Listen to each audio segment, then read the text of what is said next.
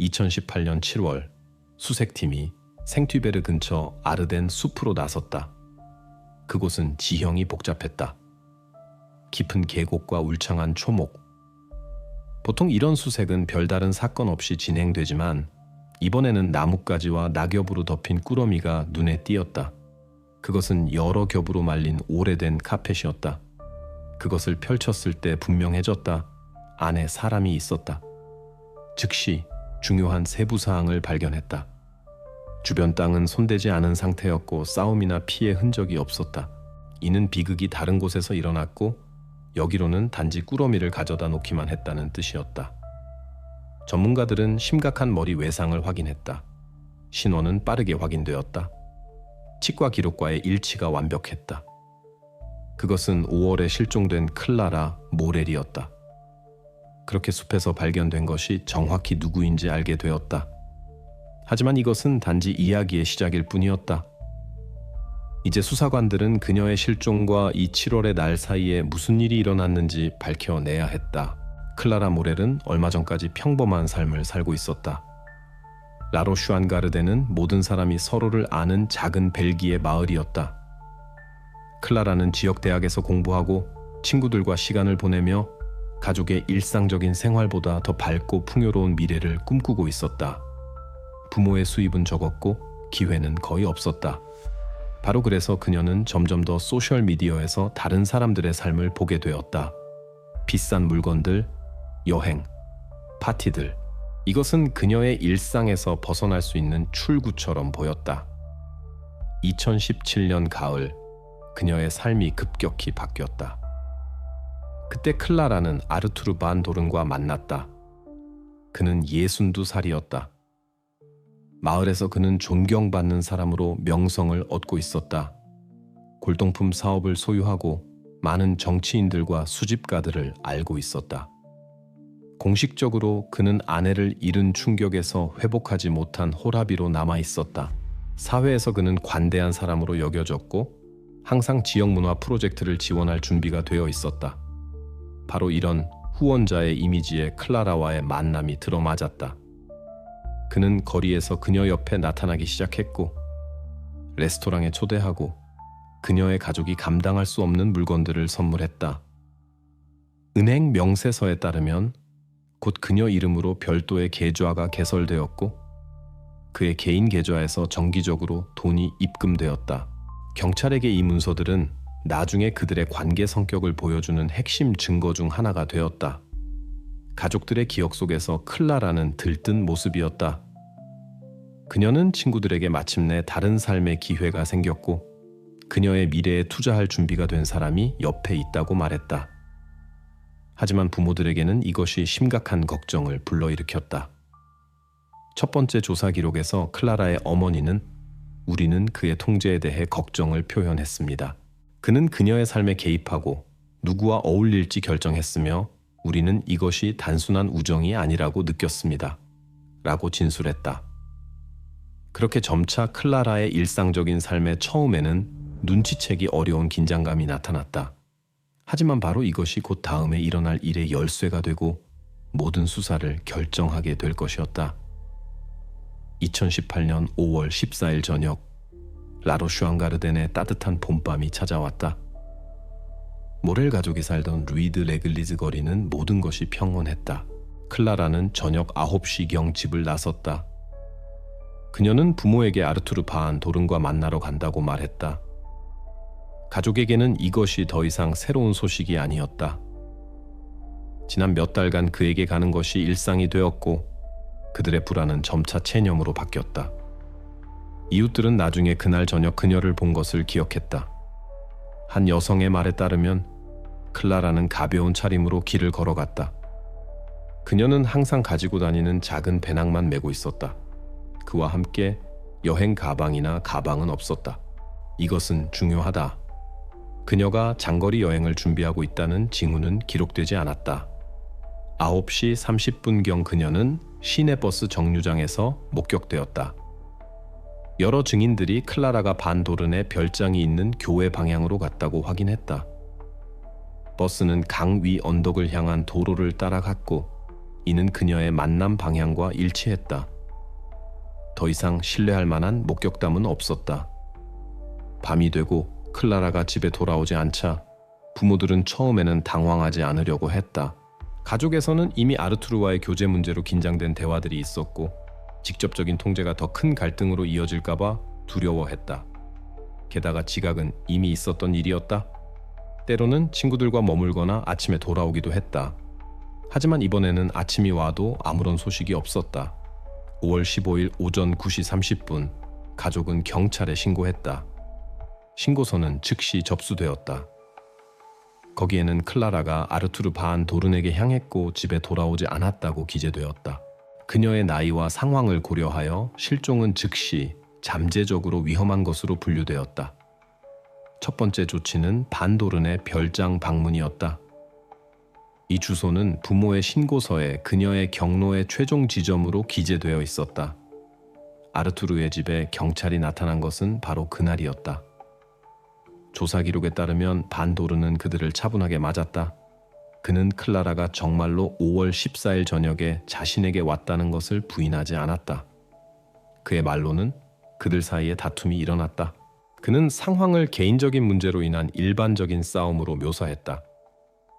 클라라가 떠나고 싶다고, 아마도 다른 사람에게 가고 싶다고 선언했다고 한다. 아르투르는 그녀를 감정적이고 충동적이며 급작스러운 행동을 할 수 있는 사람으로 표현했다. 그의 말에 따르면 그녀는 밤 11시경 집을 떠나 알 수 없는 방향으로 갔다. 기록을 보면 그 당시 그의 말은 심각한 의혹을 불러일으키지 않았다. 경찰 앞에는 그와 가까운 소녀의 실종을 걱정하는 나이든 남자가 있었다. 그는 숨으려 하지 않았고 자세한 설명을 제공했으며 협조할 준비가 되어 있었다. 이 단계에서 그는 용의자가 아닌 증인으로 사건에 참여했다. 그렇게 수사 첫날부터 구체적인 출발점을 얻었다. 클라라를 마지막으로 산채로 본 사람은 아르투르 반 도른이었다. 그리고 바로 그의 싸움과 갑작스러운 떠남에 대한 설명이 첫 번째 수사 방향의 기초가 되었다. 아르투르 반 도른은 부인하지 않았다. 클라라가 정말로 그날 저녁 자신에게 왔다고? 하지만 그는 즉시 싸움에 초점을 맞췄다. 그의 말에 따르면 대화는 긴장되었고 바로 그녀가 먼저 떠나겠다고 선언했다. 그는 이것을 클라라에게 비밀 계획이 있었던 것처럼 제시했다. 그녀가 오래전부터 모든 것을 뒤로하고 새로운 삶을 시작할 계획을 세우고 있었던 것처럼 아르투르는 그녀로부터 어떤 새로운 만남들에 대한, 심지어 또래와의 가능한 관계에 대한 암시들을 들었다고 말했다. 이 모든 것이 그녀의 급작스러운 결정을 설명하는 시도처럼 보였다. 경찰은 진술을 주의 깊게 기록했다. 그리고 몇 시간 후 이 설명은 완전히 다른 측면에서, 재정적 측면에서 확인을 받았다. 은행 거래를 확인한 결과 실종 이틀 전인 5월 12일에 클라라가 자신의 계좌에서 3,000유로를 현금으로 인출했다는 것이 발견되었다. 그런데 그 계좌는 바로 반 도른이 개설한 것이었다. 그는 도움의 명목으로 정기적으로 그곳에 돈을 송금했다. 수색의 대량 현금 인출, 사실은 가장 중요한 실마리가 되었다. 그림이 논리적으로 보였다. 클라라가 미리 떠날 준비를 하고 적절한 순간을 기다려 돈을 가지고 떠났다는 것이었다. 이런 배경에서 아르투르의 말은 그럴듯하게 들렸다. 그리고 이것은 그의 이미지로 인해 더욱 강화되었다. 사회에서 그는 흠잡을 데 없는 평판을 가진 사람으로 여겨졌다. 그는 전시회를 지원하고 박물관을 도우며 심지어 시 행사를 후원하는 골동품 사업 소유자로 알려져 있었다. 수사관들의 눈에는 수년 전 아내를 잃은 나이든 남자가 있었다. 겉보기에는 취약하지만 동시에 존경받는 사람이었다. 그리고 바로 그가 클라라의 실종과 연관될 수 있다고 상상하기는 어려웠다. 모렐 가족은 물론 자신들의 우려를 전하려고 했다. 기록에는 어머니의 말이 남아있다. 우리는 그의 통제에 대해 걱정을 표현했습니다. 하지만 이런 진술들은 걱정하는 부모들의 감정적 반응처럼 보였다. 경찰의 관점에서는 숫자가 훨씬 더 설득력이 있었다. 3,000유로가 현금으로 인출되었다는 것은 도피를 위한 구체적인 자원이 있었다는 의미였다. 클라라의 친구들도 무의식 중에 아르투르의 설명을 뒷받침했다. 그들은 그녀가 작은 마을에서의 삶을 불평하며 브뤼셀이나 심지어 파리로 이사하고 싶어 한다고 여러 번 말했다고 전했다. 그녀가 탈출할 계획이라는 것을 많은 사람들이 알고 있었다. 이 모든 것이 합쳐져서 일관된 그림을 만들어냈다. 소녀가 가족의 압박과 아르투르에 대한 의존에 지쳐서 돈을 모으고 떠났다는 것이었다. 바로 그래서 실종 후 첫 몇 주 동안 수사는 자발적 이탈이라는 방향으로 진행되었다. 버스터미널과 기차역을 확인하고 승객 명단을 검토하며 지도상의 가능한 이동을 추적하려고 했다. 하지만 클라라의 새로운 흔적은 나타나지 않았다. 이 시기 아르투르는 증인 지위를 유지했다. 그는 경찰과 협조하고 질문에 답하며 걱정하는 모습을 보였다. 수사관들에게 그는 정보원으로 보였지 의혹의 대상이 아니었다. 그의 말은 발견된 사실들과 일치했고 사회에서의 평판은 어떤 의혹도 가능성이 낮게 만들었다. 그렇게 사건에서 첫 번째 공식 설명이 확정되었다. 클라라가 스스로 떠났고 돈과 새로운 삶을 시작하려는 욕망을 가지고 갔다는 것이었다. 하지만 바로 이 결정, 아르투르의 설명을 기초로 받아들인 것, 이 실제 상황을 오랫동안 숨기게 만들었다. 그리고 곧 첫 번째 세부 사항들이 나타나기 시작했고 이들이 자발적 도피의 이미지를 무너뜨리기 시작할 것이었다. 사건에서 자발적 이탈 설명이 확정되었을 때 경찰은 클라라의 소지품으로 돌아갔다. 무엇보다 그녀의 휴대전화로 메시지 분석이 전환점이 되었다. 대화 중에서 러라는 이름의 또래와의 대화가 눈에 띄었다. 그들은 클라라가 아르투르 반 도른과 만나기 전부터 서로 알고 지냈고 고르지 못하게 교류했다. 때로는 친밀하게, 때로는 다투면서, 그리고 바로 이 메시지들에서 수사관들은 직접적인 긴장의 선을 보았다. 러는 자신의 감정을 숨기지 않았다. 대화에서 그는 클라라가 자신보다 훨씬 나이 많은 사람과 시간을 보내는 것에 대한 질투와 불만을 공개적으로 표현했다. 그의 메시지는 점점 더 거칠어졌다. 그는 굴욕을 참지 않겠다고, 그 늙은이가 그녀의 삶을 조종해서는 안 된다고 썼다. 특히 눈에 띄는 메시지 하나가 있었다. 내가 그와 해결하겠다. 수사관들에게 이것은 문서로 기록된 잠재적 위협으로 보였다. 이 모든 것이 합쳐져서 수사 과정을 급격히 바꾸었다. 경찰에게 처음으로 동기와 감정적 애착을 가진 사람이 나타났다. 견고한 증인처럼 보였던 아르투르와 달리 러는 용의자 역할에 적합했다. 그는 클라라의 또래였고 그녀의 약점을 알고 있었으며 분명히 강한 감정을 경험하고 있었다. 수사관들에게는 이렇게 보였다. 클라라가 바로 그에게 갔을 수도 있고 레어는 아르투르와 갈등을 빚고 심지어 더 강경한 행동을 취할 수도 있었다. 동시에 그의 디지털 흔적을 확인했다. 러의 휴대폰에는 메시지의 위협뿐만 아니라 클라라의 실종 시점과 일치하는 통화 기록도 있었다. 몇 번의 연결 시도 후 침묵. 수사관들은 바로 클라라가 아르투르에게 있어야 했던 시간에 레어가 그녀와 연락을 취하려 했다고 주목했다. 이것은 의심스러워 보였다. 모렐 가족에게도 그의 이름은 놀라운 일이 아니었다. 부모들은 클라라에게 또래 친구들이 있다는 것을 알고 있었지만 이것에 특별한 의미를 두지 않았다. 하지만 이제 경찰이 그들에게 대화를 보여주자 모든 것이 갈등적인 사랑 이야기로 보였다. 수사의 눈에는 이것이 클라라가 러를 위해 아르투르와의 관계를 끊을 수 있었다는 설명을 강화시켰다. 결국 러의 공식 지위가 바뀌었다. 5월 20일 그는 서에 호출되었지만 증인이 아닌 이미 용의자로서였다. 그는 실종에 대한 연루를 확인받아야 했다. 첫 번째 기록들은 그가 당황한 모습이었지만 진술을 거부하지는 않았다고 기록하고 있다. 수색에 이것은 새로운 방향이 되었다. 존경받는 사업가 아르투르 반 도른 대신 질투와 거친 말이 직접적인 동기로 보이는 청년에게 관심이 집중되었다. 그렇게 사건에서 처음으로 대안이 나타났다. 자발적 도피 설명이 두 남자 간의 갈등 설명으로 바뀌었다. 이제 주요 과제는 러의 알리바이를 확인하고 그의 위협이 얼마나 행동으로 옮겨질 수 있었는지 이해하는 것이었다. 러가 경찰서에 있었을 때 수사관들은 자신들의 의혹이 확인될 것을 기대했다. 그의 대화는 너무 명확해 보였다.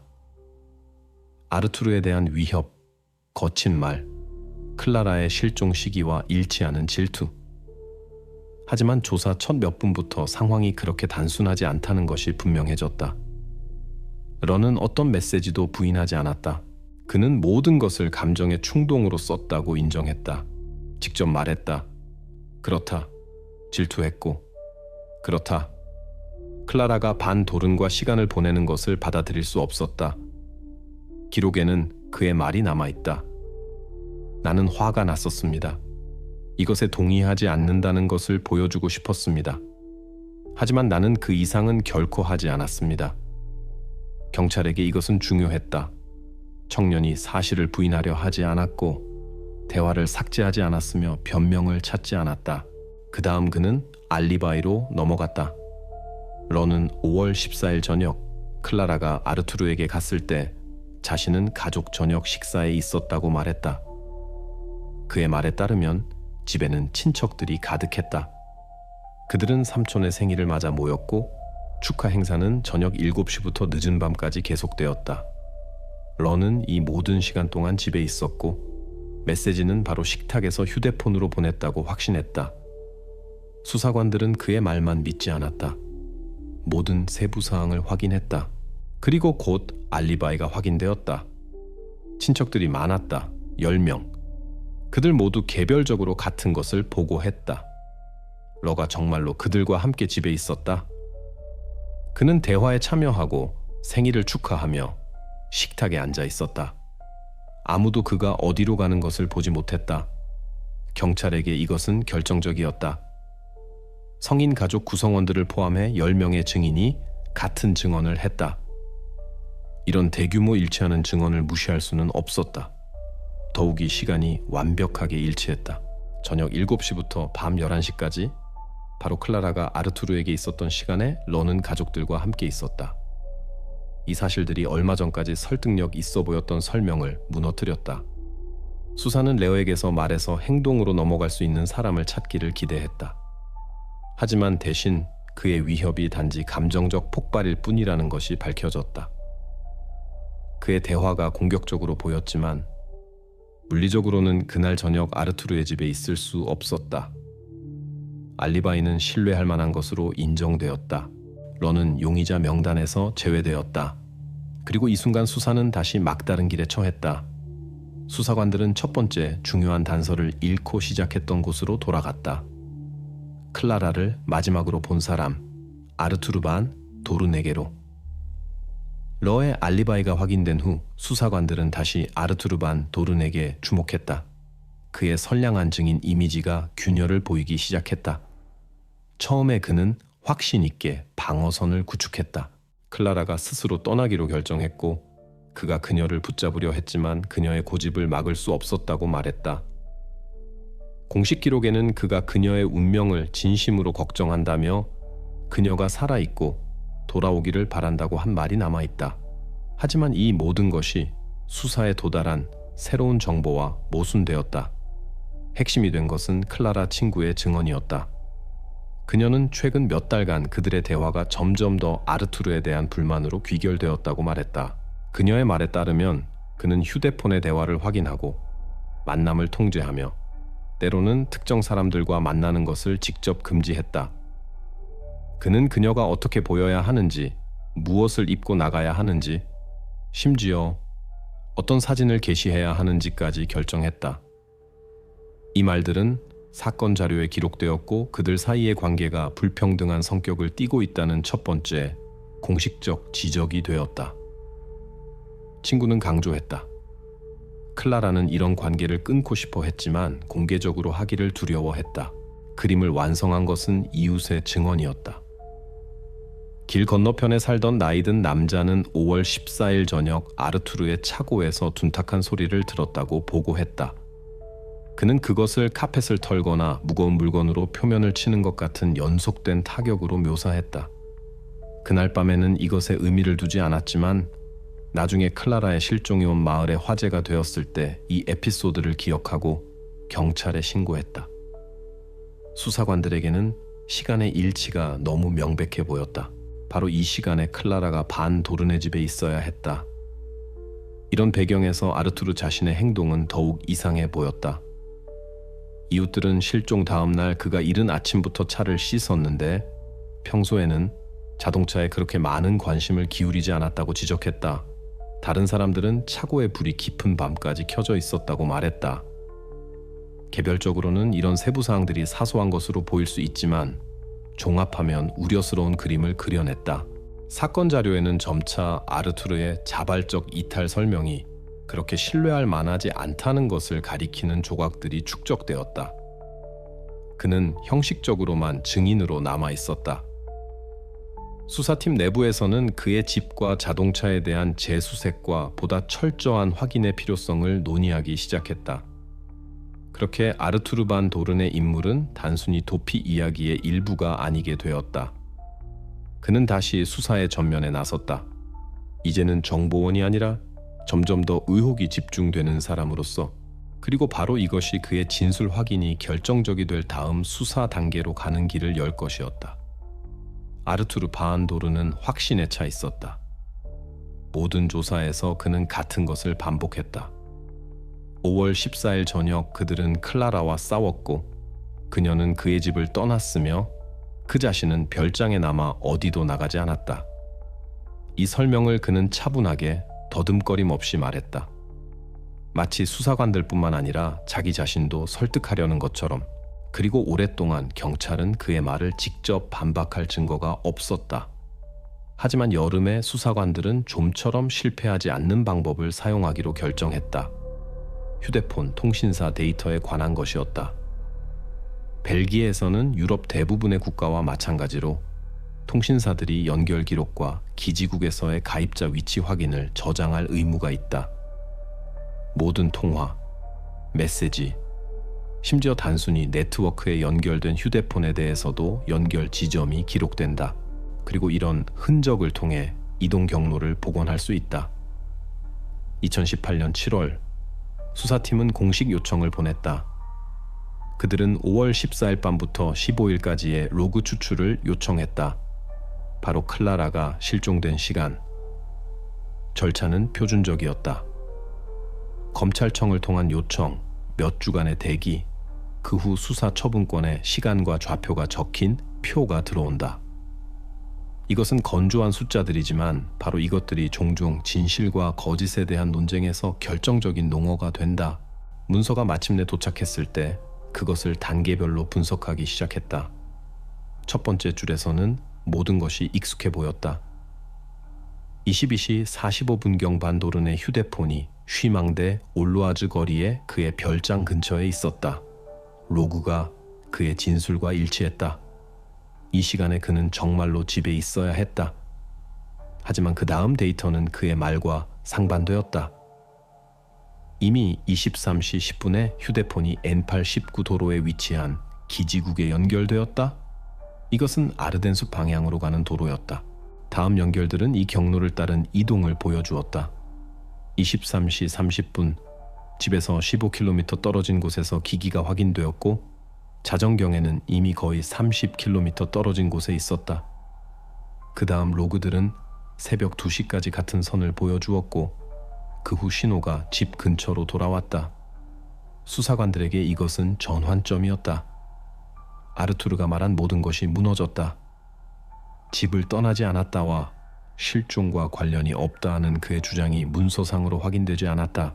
반대로 데이터는 바로 실종 밤에 그가 별장을 떠나 새벽에야 돌아왔다는 것을 가리켰다.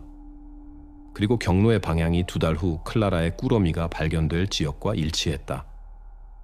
이 순간이 그의 알리바이에서 첫 번째 진짜 균열이 되었다. 이전까지는 모든 것이 말에 기반했다. 그 자신의 말과 간접적인 증언들. 하지만 이제 수사는 감정적 설명으로는 반박할 수 없는 기술적 증거를 손에 넣었다. 변호사들도 이해했다. 휴대폰 네트워크 로그와 논쟁하는 것은 무의미하다. 사건 자료에서 이 에피소드는 전환점으로 표시되었다. 바로 이것이 경찰로 하여금 반 도른의 지위를 바꾸게 했다. 이전에 그를 증인으로 간주했다면 이제 그럴 근거가 사라졌다. 전체 수사에서 처음으로 그는 자신의 말이 기록된 데이터와 직접 모순되는 사람의 입장에 처했다. 이 단계가 다음 단계로 가는 길을 열었다. 거짓말의 증거를 얻은 수사는 그의 집과 차에 대한 수색에 대한 법적 권리도 얻었다. 그리고 바로 거기서 곧 존경받는 사업가의 이미지를 완전히 파괴하고 일어난 일의 진정한 규모를 보여줄 발견들이 이루어질 것이었다. 2018년 7월 10일 클라라의 실종 후 거의 2달이 지나서 수사관들은 마침내 아르투르 반 도른의 별장 수색에 대한 법원 영장을 받았다. 그의 알리바이에 대한 거짓말이 이 조치에 대한 확실한 근거를 제공했다. 그 순간까지 집은 불가침으로 여겨졌다. 겉보기에 아르투르는 단지 증인일 뿐이었고 경찰에는 그의 경계를 침범할 이유가 없었다. 하지만 이제 상황이 바뀌었다. 범죄학자들이 이른 아침에 도착했다. 쉬망대 올로아즈 거리의 별장은 잘 관리된 모습이었다. 잔디는 깎여 있고 마당은 깨끗하며 차들은 정돈되게 주차되어 있었다. 반 도른 자신이 그들을 절제된 모습으로 맞았다. 그는 숨길 것이 없다고 말했지만 그의 침착함은 이미 이전과 같은 무게를 갖지 못했다. 수색은 모든 규칙에 따라 진행되었다. 기록, 증인, 모든 행동의 기록. 우선 전문가들이 차고로 향했다. 이웃이 바로 그곳에서 이상한 소리에 대해 말했고 이 공간이 핵심으로 여겨졌다. 내부는 모든 것이 지나치게 정돈되어 보였다.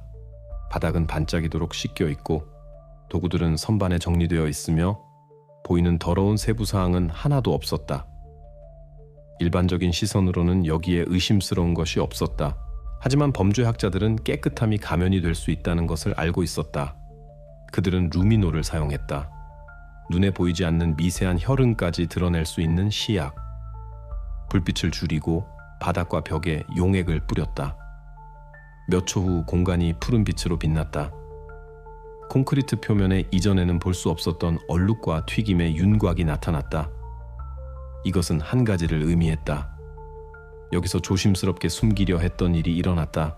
모든 흔적을 기록하고 사진을 찍고 실험실을 위한 샘플을 채취했다. 그 다음 관심이 자동차로 옮겨졌다. 반 도르는 어두운 색의 SUV를 소유하고 있었다. 차는 완벽하게 청소되어 있었다. 매트는 진공 청소기로 청소되고 패널은 닦여 있으며 실내에는 세제 냄새가 났다. 하지만 전문가들이 관심을 가진 것은 트렁크였다. 거기서 세척액과 미세한 먼지 입자를 채취했다. 그들은 알고 있었다. 표면을 수십 번 씻어도 미시적 수준에서는 완전히 제거할 수 없는 입자들이 남는다. 동시에 범죄학자들은 차고 근처의 배수구를 확인했다. 거기서 세정제 잔여물과 생물학적 물질의 흔적을 발견했다. 이것도 채취했다. 이 모든 것이 나중에 전문 분석을 위해 실험실로 보내졌다. 결과는 즉시 나오지 않았다. 실험실 분석에는 시간이 필요했다. 하지만 결론이 수사진의 손에 들어왔을 때 의혹의 여지가 없었다. DNA 검사는 보여주었다. 차고에서 발견된 혈액이 클라라 모렐의 것이라고. 이 일치는 절대적이었다. 오류의 가능성은 전혀 없었다. 트렁크에서의 토양 연구도 명확한 결과를 주었다. 화학 성분, 광물 함유물, 산성도가 생튀베르 아르덴 숲 구역에서 채취한 토양 샘플과 완전히 일치했다. 바로 그 지역에서 실종 밤에 아르투르의 휴대폰이 기록된 곳. 일치가 너무 정확해서 우연이라고 할 수 없었다. 종합하면 이런 사실들이 하나의 그림으로 합쳐졌다. 이상한 소리가 들렸던 차고가 클라라의 피가 흘린 장소로 밝혀졌다. 아르투르가 다음 날 조심스럽게 씻었던 자동차에는 그가 그날 밤 갔던 숲의 토양 흔적이 있었다. 그리고 휴대폰 데이터는 바로 이 구역으로의 경로를 보여주었다. 수색의 이것은 진정한 돌파구였다. 이제 사건은 자발적 이탈에 대한 수수께끼가 아니게 되었다. 경찰 앞에는 아르투르 반 도른을 클라라의 실종과 연결하는 반박할 수 없는 증거의 연쇄가 펼쳐졌다. 그의 집, 그의 차, 그리고 숲의 구역이 직접적인 증거로 서로 연결되었다. 이것이 돌이킬 수 없는 지점이 되었다. 아르투르의 설명이 최종적으로 무너졌다. 그리고 이제 수색에는 마지막 과제가 남았다. 그때까지 숨겨져 있던 것을 숲에서 찾는 것이었다. 차고와 트렁크의 증거가 아르투르 반 도른을 클라라의 실종과 직접 연결한 후에도 그는 자신의 설명을 계속 고집했다. 그의 주요 농어는 변하지 않았다. 돈이었다. 그녀가 실종되기 이틀 전에 클라라는 3,000 유로를 현금으로 인출했다. 아르투르에게 이것은 핵심 요소였다. 그는 이런 행동을 도피 준비가 아닌 다른 것으로 설명할 수 없다고 주장했다. 그의 해석에서는 모든 것이 일관되게 보였다. 소녀가 돈을 인출하고 그와 싸우고 떠났다. 이 세부 사항이 정말로 초기 단계에서 수사를 혼란스럽게 했다. 은행 문서는 공식적인 확인이었다. 돈이 인출되고 지폐가 수령되었다가 오랫동안 바로 이 증거가 자발적 이탈 설명을 유지하는 역할을 했다. 하지만 전문 분석 결과가 나온 후 경찰은 이 세부 사항을 다시 검토하기로 결정했다. 관심을 클라라의 가까운 주변으로 돌렸다. 반복 조사를 위해 이전에도 그녀의 삶에 대한 관찰을 나누었던 친구를 불렀다. 이번에는 대화가 더 구체적이었다. 수사관들은 단 하나만 물었다. 클라라가 미리 그런 큰 돈이 왜 필요한지 알고 있었나? 답변이 결정적이었다. 기록에는 친구의 말이 남아있다. 이 돈은 그녀가 그에게서 도망치기 위해 필요했습니다. 그녀는 더 이상 견딜 수 없고 떠나서 새로운 삶을 시작하고 싶다고 말했습니다. 그녀는 5월 14일에 이것에 대해 말할 계획이었습니다. 친구는 강조했다. 클라라는 새로운 사랑이나 로맨틱한 도피에 대한 계획을 세우지 않았다. 바로 아르투르에게서 벗어나려는 시도, 그의 통제를 끝내고 다른 곳에서 모든 것을 새로 시작하려는 것이었다. 이 증언이 발견된 증거의 의미를 완전히 바꾸었다. 이전에 아르투르의 설명을 확인하는 것으로 보였던 곳에서 이제 동기가 드러났다. 돈은 부모로부터의 독립이나 새로운 사랑 찾기를 위한 단계가 아니라 그녀를 자신의 소유물로 여기는 사람과의 단절을 위한 구체적인 준비였다. 수색에 이것은 엄청난 의미를 가졌다. 그들은 친구의 증언을 연대기와 대조했다. 클라라는 5월 12일에 돈을 인출했다. 이틀 후인 5월 14일 저녁, 그녀는 반 도른에게 갔다. 바로 그때 그가 가장 두려워하는 대화가 있어야 했다. 그녀는 그에게 직접 말할 계획이었다. 모든 것이 끝났다고. 그에게 이것은 단순한 이별이 아니라 통제의 상실이었다. 사건 내부에서 이 세부 사항은 심리적 동기로 고정되었다. 클라라는 떠나고 싶어 했고 아르투르는 이것을 알고 있었다. 싸움에 대한 그 자신의 말이 대화가 정말로 있었다는 것을 확인했다. 하지만 바로 이것이 후속 사건들도 설명했다. 이웃이 들었던 타격, 숲 방향으로의 여행, 차고의 혈흔, 트렁크의 토양. 그렇게 현금 인출이 자발적 이탈의 농어가 아니게 되었다. 그것은 클라라의 떠날 의도를 증명하고 아르투르에게 살인 동기를 보여주는 증거가 되었다. 이 변화가 수사 과정을 최종적으로 뒤바꾸었다. 수사는 도피에 대한 가설을 가지고 작업하는 것을 중단했다. 이제는 떠나보내려 하지 않는 사람의 의도적인 행동에 대한 것이었다. 모든 것이 결정적인 단계가 바로 5월 14일 밤에 이루어졌다는 것을 가리켰다. 수사관들에게는 그가 차고 후에 그녀를 어디로 가져갔는지에 대한 물질적 확인을 찾는 것만 남았다. 수사가 아르투르 반 도른에 대한 증거를 단계별로 모을 때 분명해졌다. 그들 앞에는 우발적인 공격성의 폭발이 아니라 오랜 통제와 은밀함의 역사를 가진 사람이 있다. 당연한 질문이 생겼다. 그의 과거에 비슷한 것이 숨겨져 있지 않을까? 이것을 배제하거나 확인하기 위해 수사관들은 보관 자료를 들춰보고 그의 전기를 연구하기 시작했다. 바로 여기서 20년 전의 에피소드가 나타났다. 경찰 보관소에는 이청우 18년의 반도르네 집에서 그의 첫 번째 아내가 사망했다고 기록되어 있었다. 공식 설명에 따르면 원인은 사고, 계단에서의 추락이었다. 당시 상황은 충분히 설득력 있어 보였다. 집은 오래되었고 계단은 가파르며 돌계단이었다. 보고서에는 물리적 조건이 추락 상황과 일치한다고 되어 있었다. 응급처치 담당 의사는 머리 외상을 사망 원인으로 지적했다. 그날 저녁 아르투르는 집 아래층에 있었고 단지 소음만 들었다고 진술했다.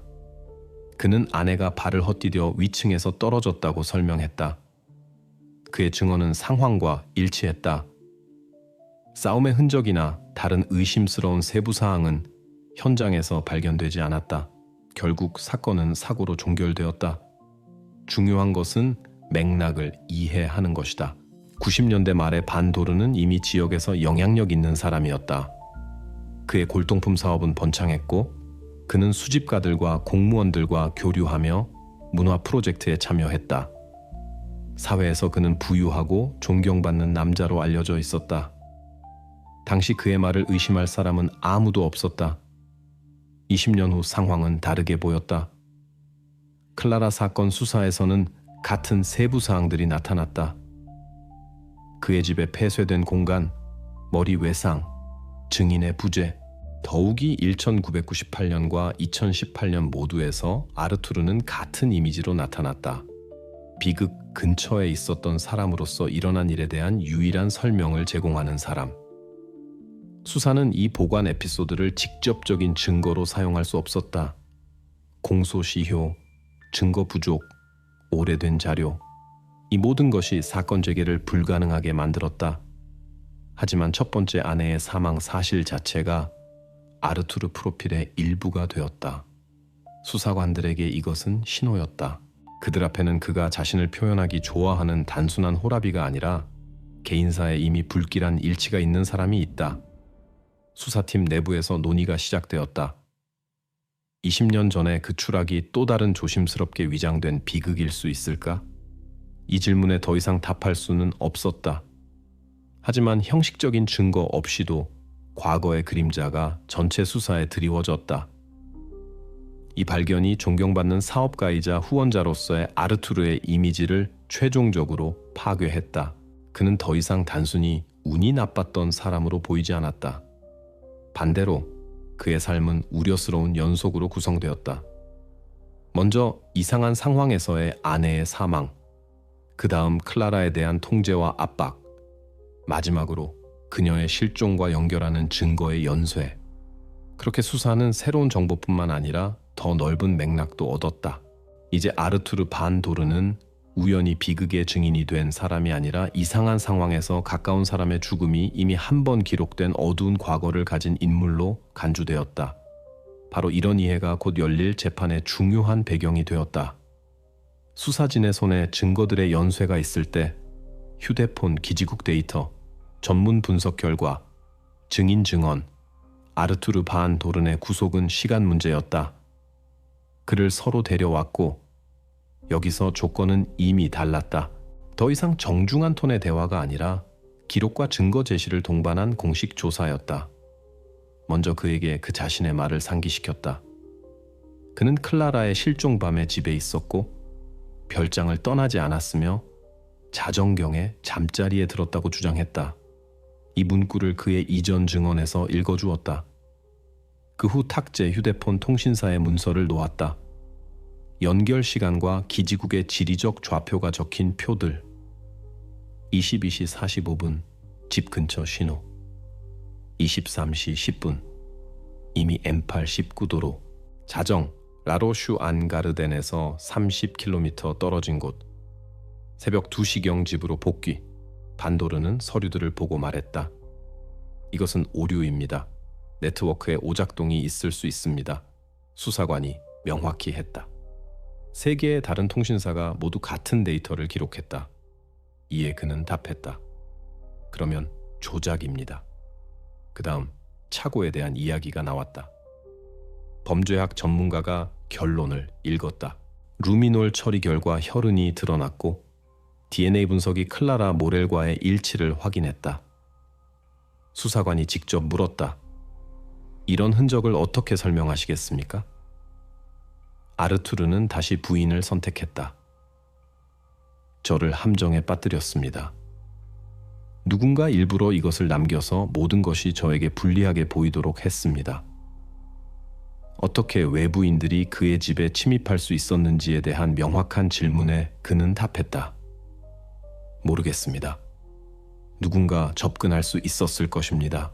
저에게는 적들이 있습니다. 그 후 자동차로 넘어갔다. 기록에는 다음과 같이 기재되어 있다. SUV의 트렁크에서 아르덴숲의 토양 샘플과 일치하는 미세 입자들이 채취되었다. 전문가는 화학 성분과 광물 함유물의 일치가 100%라고 강조했다. 반도르는 흔들리지 않았다. 그의 문구는 짧았다. 저는 거기에 가본 적이 없습니다. 차를 제 모르게 사용했을 수 있습니다. 조사의 다음 부분은 클라라 친구의 증언에 관한 것이었다. 기록에서 그녀의 말을 읽었다.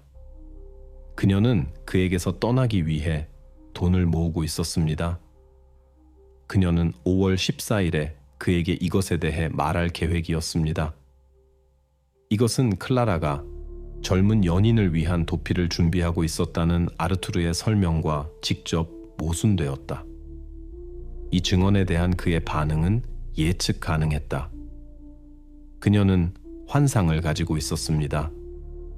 그녀를 설득해서 저를 유죄로 만들 수 있었습니다. 조사는 몇 시간 계속되었다. 제시된 모든 증거에 대해 아르투르는 같은 방식으로 답했다.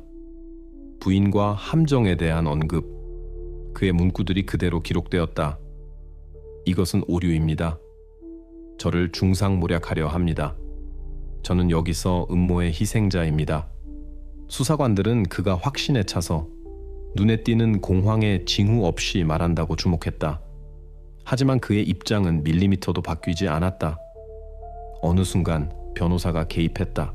그는 의뢰인이 더 이상 질문에 답할 의무가 없으며 묵비권을 행사하겠다고 선언했다. 그 후 조사가 중단되었다. 모든 답변이 기록에 기재되고 자료가 사건에 첨부되었다. 그렇게 반도른이 공식적으로 자신의 입장을 확정했다.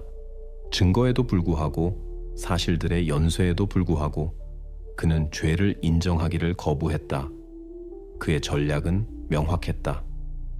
끝까지 모든 것을 부인하고 결정을 법정에 맡기는 것. 수색에 이것은 최종 확인이 되었다. 진실을 위한 추가 투쟁은 배심원들이 아르투르 반 도른의 운명을 결정해야 할 법정으로 옮겨갔다. 수사가 아르투르 반 도른에 대한 증거를 수집했을 때 모든 것이 한 가지를 가리켰다. 바로 그가 클라라의 실종에 연루되었다는 것.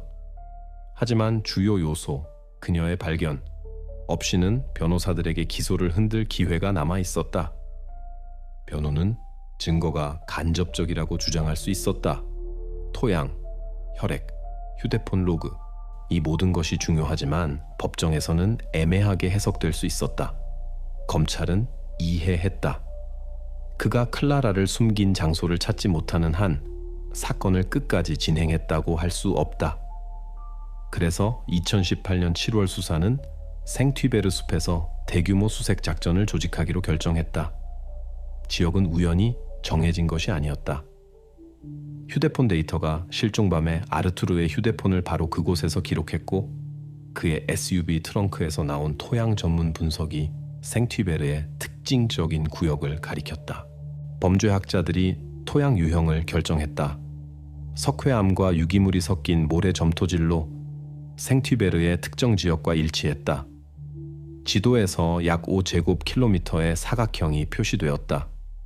바로 그곳으로 힘을 집중했다. 7월 12일 수색팀이 영토로 나갔다. 구성에는 경찰, 구조대원, 자원봉사자, 그리고 개를 데리고 온 경홍 전문가들이 포함되었다. 지형은 복잡했다. 울창한 초목, 습지 저지대, 관목으로 자란 계곡, 작업 속도를 높이기 위해 영토를 구역으로 나누고 각각을 지도에 표시하고 별도 그룹에 할당했다. 체계성이 핵심이었다. 단일 미터도 확인하지 않고 남겨둘 수 없었다. 작업은 몇 시간 계속되었다. 사람들이 한 걸음씩 덤불을 뒤지고 개들이 흔적을 막고 계곡으로 들어갔지만 오랫동안 수색은 결과를 주지 않았다. 저녁이 되어서야 계곡 중 하나를 조사하던 그룹이 이상한 것을 발견했다. 나뭇가지와 낙엽층이 너무 정돈되게 깔려 있었다. 마치 누군가 그 아래 무언가를 숨기려 한 것처럼. 그것을 치우기 시작했을 때 분명해졌다. 이것은 자연적인 층이 아니었다. 그 아래에는 오래된 카펫에 쌓인 꾸러미가 있었다. 현장에 즉시 범죄학자들을 불렀다. 검사는 극도로 조심스럽게 진행되었다. 카펫은 조밀했고 페르시아 타입의 특징적인 무늬가 있었다. 직물이 구조를 유지하고 있었고 그 섬유에서 나중에 전문가들이 결정적인 미세 입자들을 확인했다. 모든 것이 사진과 비디오로 기록되고 각 단계가 기록에 기재되었다. 카펫을 실험실로 가져갔을 때 결과가 가장 중요한 것을 확인했다. 직물 섬유가 아르투르 반 도른의 집에 있는 카펫과 일치했다. 그의 컬렉션의 재고 문서를 확인했을 때 밝혀졌다. 바로 이 카펫이 분실된 것으로 기록되어 있었다. 일치는 100%였다. 계곡에서 발견된 것이 아르투르의 것이었다. 수색의 이것은 발견 이상이었다. 이것은 모든 분산된 사실들을 하나의 선으로 연결하는 점이었다. 휴대폰이 생튀베르로 가는 길에서 기록되었다. 트렁크의 토양이 바로 이 구역의 토양과 일치했다. 차고에서 클라라의 혈흔이 발견되었다. 그리고 이제 그녀의 유해가 아르투르에게 속한 카펫에서 발견되었다. 이런 증거들의 조합을 우연으로 설명할 수는 없었다. 각각이 다른 것을 뒷받침하여 사건을 견고하고 뚫을 수 없는 그림으로 바꾸었다. 검찰에게 이것은 오랫동안 기다려온 순간이었다. 이제 그들은 단순한 의혹과 간접적인 일치가 아니라 클라라가 스스로 사라진 것이 아니라는 직접적인 증거를 가지고 있었다. 2018년 7월 12일 사건 기록에 기록되었다. 생튀베르 숲에서 아르투르 반 도른의 컬렉션에서 나온 카펫에 쌓인 클라라 모렐의 꾸러미가 발견되었다. 바로 이 발견이 최종적으로 그의 연루를 확인하고 이 이야기의 최종 마침표를 찍어야 할 재판으로 가는 길을 열었다. 수색팀이 생튀베르 숲에서 꾸러미를 발견하고 전문 분석이 아르투르 반 도른의 집과 차와의 연관성을 확인한 후 수색의 핵심 순간이 찾아왔다. 이제 사건은 단순히 경찰 수사가 아니게 되었다. 검찰로, 그 다음엔 법정으로 말이 넘어가는 단계가 찾아왔다. 검사들이 모든 자료를 하나의 패키지로 세심하게 모았다. 여기에는 모든 것이 들어갔다. 휴대폰 이동 로그, 차고에서 나온 혈액의 DNA 분석 결과, 트렁크에서 나온 토양 분석, 이웃들과 클라라 친구의 증인 증언, 발견된 카펫에 대한 범죄학자들의 결론, 각 항목에 대해 참고 자료와 기록이 준비되었다. 이 모든 것이 기소의 기초를 구성했다. 문구는 극도로 건조하고 공식적으로 들렸다. 아르투르 반 도른이 가중 상황에서의 고의 살인 혐의로 기소된다. 가중 범주에는 행동의 특별한 잔혹함, 피해자와의 조작적 관계, 범죄 흔적을 숨기려는 시도가 포함되었다. 검찰에게 중요한 것은 강조하는 것이었다. 이것은 우연이 아니고 격정 상태에서의 싸움도 아니며 떠나려는 사람을 의식적으로 생명을 빼앗은 것이라고. 이 순간이 반 도른의 지위에서 전환점이 되었다. 처음부터 그는 증인으로 등록되었고 그 다음엔 용의자로, 이제 그는 공식적으로 평생형까지 포함한 실형을 받을 수 있는 피고인이 되었다. 조사에서 아르투르는 계속해서 자신의 무죄를 부인했다. 그의 입장은 변하지 않았다. 모든 증거를 그는 오류, 위조, 종용받는 사람의 이름을 더럽히려는 시도라고 불렀다. 그는 수사가 증거를 날조하고 증인들을 그에게 불리하게 설득했다고 주장했다. 그의 변호사는 증거가 간접적인 성격을 띠고 있으며 직접적인 것으로 받아들여질 수 없다고 주장했다. 하지만 검찰은 반대해서 출발했다. 그들에게는 증거들의 총합이 전체적인 그림을 형성했다. 아르투르가 클라라를 통제했고 그녀가 떠날 준비를 했으며 5월 14일 저녁 그녀가 그에게 있었고 그녀의 혈액이 그의 차고에서 발견되었으며 토양이 그의 차에서 그리고 그녀의 유해가 그에게 속한 카펫에서 발견되었다. 이 연쇄의 각 고리가 다른 것을 확인했다. 공식 기소가 전체 예심 수사의 결과가 되었다. 그것은 완전한 자료 세트와 함께 법정에 전달되었다. 이제 문제는 수사관이나 전문가들의 과제가 아니게 되었다. 모든 것은 배심원단과 판사가 양측의 의견을 듣고 판결을 내릴 법정에서 결정되어야 했다. 클라라에게 이 과정은 정의 회복의 유일한 기회였다. 그녀의 가족에게는 진실을 공식적으로 인정받을 가능성이었다. 아르투르 자신에게는 수년간 조심스럽게 만든 존경받는 후원자이자 호라비의 이미지가 끝나는 시작이었다. 바로 이 순간부터 이야기가 최종적으로 수사 단계를 벗어나 마지막 점을 찍어야 할 재판 단계로 넘어갔다. 검찰은 과정에 체계적으로 접근했다. 수개월간의 수사에서 발견된 모든 분산된 증거들을 통합된 그림으로 모아야 했다. 법정에게 중요한 것은 사실들의 총합뿐만 아니라 그 논리였다. 각 행동이 2018년 5월 14일 밤에 정확히 무슨 일이 일어났는지 설명하는 연속으로 어떻게 구성되는지. 재구성은 단계별로 구축되었다. 기초에는 휴대폰 연결 데이터, 전문 분석 결과, 증인 증언, 범죄학적 결론이 놓였다. 먼저 클라라가 반 도르네 집에 도착한 시간을 복원했다. 증인들이 그녀를 시 외곽 방향버스에서 21시경에 보았다. 대략 21시 30분에 그녀는 그의 별장 문 앞에 있어야 했다. 기소 측 설명에 따르면 집에서 클라라가 아르투르에게 떠날 결정을 알리는 대화가 이루어졌다. 이 에피소드는 그녀의 친구 증언과 조사에서 싸움의 사실을 인정한 아르투르 자신에 의해 확인되었다. 그 다음 사건들이 차고에서 전개되었다. 바로 거기서 전문가들의 데이터에 따라 혈흔이 발견되었다. 갈등 과정에서 아르투르가 둔기를 사용해 머리에 타격을 가했다. 전문가들이 무거운 물체에 해당하는 손상의 성격을 결정했고 콘크리트 바닥에 튀김 흔적이 확인했다. 이것이 바로 거기서 일어났다. 일어난 후 그는 은폐로 넘어갔다. 아르투르가 클라라를 자신의 컬렉션 카펫 중 하나에 쌌다.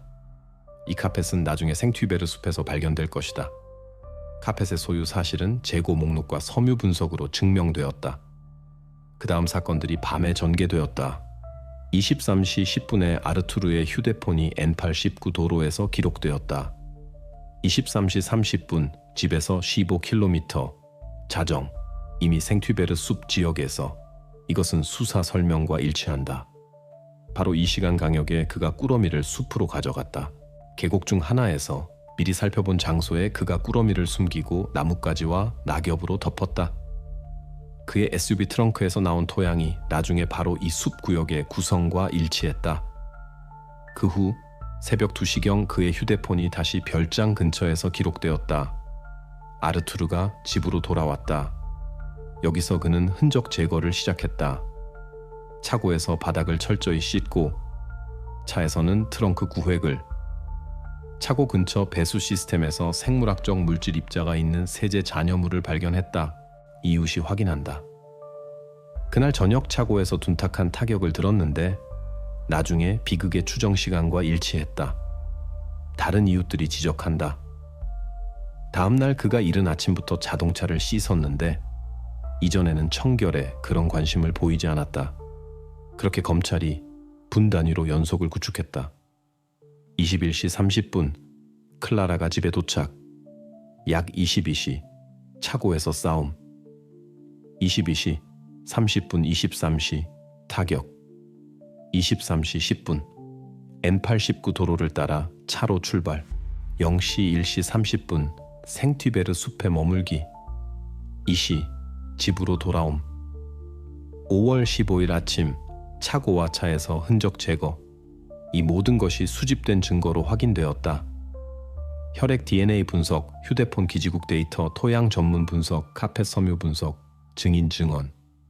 그렇게 법정에서 아르투르 반 도르니 클라라의 실종밤에 어떻게 행동했는지에 대한 완전한 재구성이 제시되었다.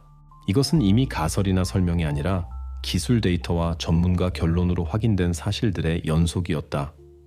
검찰은 강조했다. 이것은 자신의 희생자를 놓아주려 하지 않은 사람이 저지른 의도적 행동에 관한 것이다. 바로 이 재구성이 기소의 주요 농어가 되었고, 배심원들이 아르투르의 운명을 결정해야 할 재판 청취 단계를 열었다. 재판이 2019년 9월에 시작되었다. 피고석에는 오랫동안 존경받는 사업가, 수집가, 후원자로 알려진 사람이 앉았다. 하지만 이제 그의 모든 이미지가 바로 법정에서 무너졌다. 세션의 분위기는 긴장되었다. 한쪽에는 아르투르에게 최소한의 정상 참작 사유라도 보존하려는 변호인단이, 다른 쪽에는 수집된 모든 증거를 바탕으로 일관된 기소선을 구축한 검찰이 있었다. 변호는 5월 14일의 사건들이 격정 상태에서 전개될 수 있었다고 주장했다. 그들의 농어는 간단했다. 클라라가 아르투르에게 떠날 결정을 알렸고 이것이 그에게 충격이 되었다. 그런 상태에서 변호사들의 주장에 따르면 사람은 통제력을 잃고 충동적으로 행동할 수 있다. 이 설명을 위해 변호는 그의 나이, 첫 번째 아내 사후의 외로움, 존경받는 호라비의 평판을 이용하려 했다. 하지만 기소는 사실들로 작업했다. 기록에는 다음이 기재되어 있었다. 클라라가 미리 그에게서 떠나기 위해 돈을 인출했다. 차고에서 그녀의 혈액이 발견되었다. 트렁크에서 생튀베르 구역의 토양, 그녀가 쌓여진 카펫에서 전문가들이 그의 컬렉션에서 나온 섬유를 확인했다. 그리고 주요한 것, 그의 휴대폰 경로가 실종밤에 숲으로 가는 길과 일치했다. 이 모든 것이 갑작스러운 격정에 대한 설명의 여지를 남기지 않았다. 검찰은 강조했다. 이것은 자신의 희생자를 단계별로 숨기고 수사를 속이려 계획한 의도적 행동에 관한 것이다.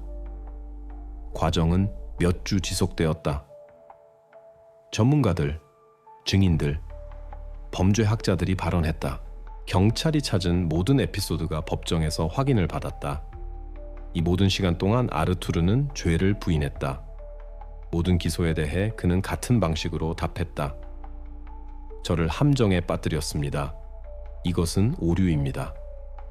하지만 검찰이 제시한 데이터들 앞에서 그의 말은 공허해 보였다. 마지막에 배심원들이 발언했다. 몇 시간의 심해 후 그들은 법정으로 돌아와 평결을 발표했다. 고의살인 유죄. 판사가 마지막 점을 찍었다. 무기징역형. 그렇게 아르투르 반 도른이 최종적으로 존경받는 수집가이자 후원자가 아니게 되었다. 법정이 그를 살인자로 인정했고 그의 삶은 이제 감옥 안에서 지내야 했다. 아르투르 반 도른은 자신의 판결을 묵묵히 받아들였다. 법정이 그를 유죄로 인정했고 그의 모든 삶이 이제 감옥벽과 연결되었다. 클라라의 가족에게 법원의 결정은 오랫동안 기다려온 순간이었지만 완전한 안도감을 가져다 주지는 못했다. 그렇다. 정의가 실현되었지만 아무도 더 이상 명확한 답을 줄 수 없는 질문들이 남아 있었다. 판결 선고 후 경찰은 보관 자료로 돌아갔다. 그들이 관심을 가진 것은 90년대 말의 역사였다. 아르투르의 집에서 이상한 상황에서 첫 번째 아내가 사망했을 때, 그때는 모든 것을 계단에서의 추락으로 설명했고 사건을 종결했다. 하지만 이제 클라라 사건 재판 후 수사는 오래된 자료들을 다르게 보았다. 너무 많은 일치가 있었다. 머리 외상, 증인의 부재, 그리고 다시 일어난 일에 대한 그의 말만. 보관소를 뒤지고 전문 분석을 재검토했지만 공식적으로 수사를 재개할 수는 없었다. 공소시효가 만료되었고 새로운 증거는 아무도 찾지 못했다. 공식 문서에서는 모든 것이 변화 없이 남았다. 사고, 불행한 에피소드. 그럼에도 불구하고 수사관들과 검사들의 눈에는 과거의 그림자가 사라지지 않았다. 아르투르 반 도르는 이미 벨기에 범죄학 역사에 존경받는 과거가 가혹한 통제와 숨겨진 범죄의 가림막이었던 사람으로 들어갔다. 그의 이름은 이제 골동품 컬렉션과 관대한 기부와 연관되는 것이 아니라 조심스럽게 만들어진 이미지를 폭로한 재판과 연관되었다. 공식적으로 이야기는 무기징역 판결로 끝났다. 하지만 하나의 열린 질문이 남았다. 클라라에 대한 범죄가 그의 삶에서 첫 번째였을까? 아니면 이것이 수년 전에 시작된 긴 연쇄의 고리일 뿐일까? 이 질문에 대한 답은 이제 없을 것이다.